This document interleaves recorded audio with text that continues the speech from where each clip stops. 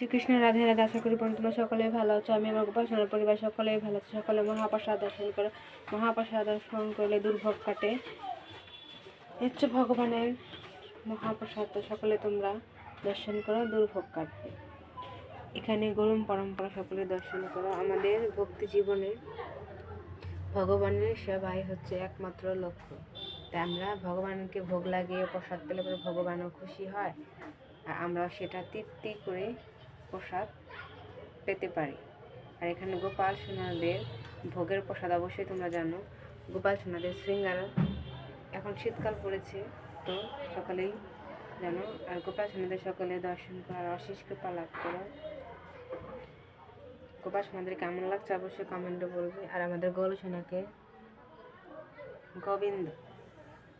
আমার গোবিন্দকে দর্শন করো আর অশেষ কৃপা লাভ করো।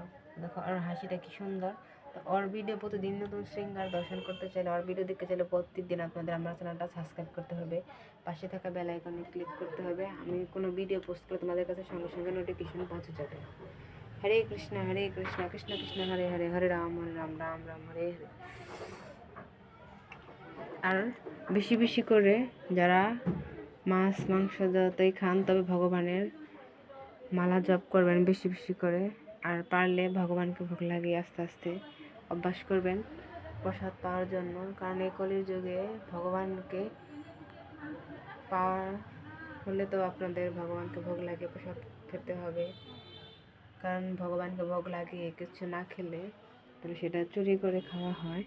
যদি আমি ভগবানকে না দিই তাহলে সেটাই চুরি করে খাওয়া হয়। তো আমরা তাই চাই সবাই আসেন একসাথে, আমরা হরে কৃষ্ণ মহামন্ত্র জপ করি, একাদশী ব্রত পালন করি, বেশি বেশি করে মালা জপ করি। হরে কৃষ্ণ কৃষ্ণ কৃষ্ণ হরে রাম রাম রাম হরে হরে।